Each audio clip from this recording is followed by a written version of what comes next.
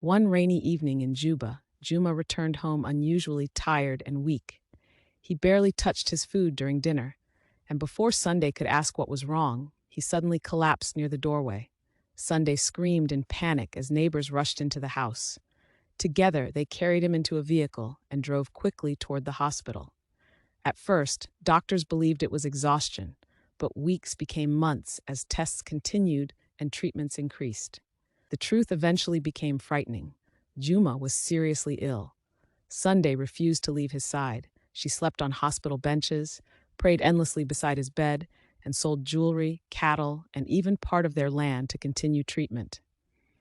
Her face became thinner from stress and exhaustion, but she never stopped fighting for the man she loved. Every morning, Sunday sat beside Juma's hospital bed, whispering prayers through trembling lips. God, please do not take him from me. Some days Juma improved slightly, smiling weakly at her to give her hope, but other days he became dangerously weaker. One cold evening, he held Sunday's hand tightly, his voice barely audible. If anything happens to me, promise me you will remain strong. Sunday burst into tears immediately, shaking her head desperately. Do not speak like that, she cried while gripping his hand tightly. But deep inside, fear had already entered her heart. Days later, before sunrise, the hospital room became painfully silent. Juma was gone. Sunday collapsed beside his bed, crying uncontrollably as nurses quietly covered his body, while the world she had built with him suddenly shattered before her eyes. The funeral in Ye lasted several days.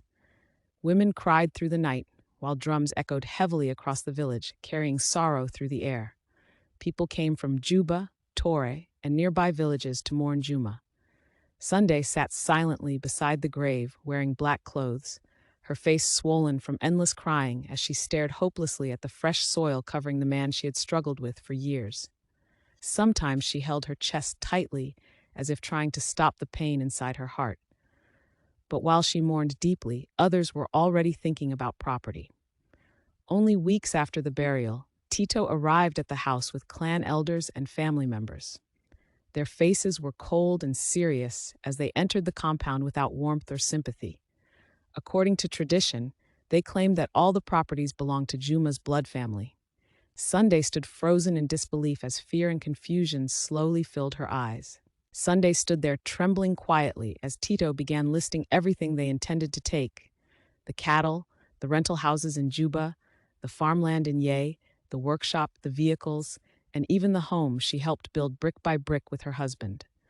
But we built all this together, Sunday cried painfully, tears rolling freely down her cheeks while her voice shook with heartbreak. Nobody listened.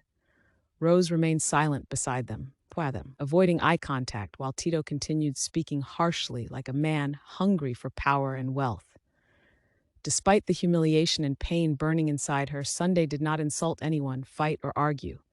Instead, with trembling hands and heavy tears, she quietly packed a few clothes into one small bag. The compound that once carried laughter and dreams now felt cold and unfamiliar. Neighbors watched silently from a distance as Sunday slowly walked away from the home she built with Juma, carrying nothing except grief and memories.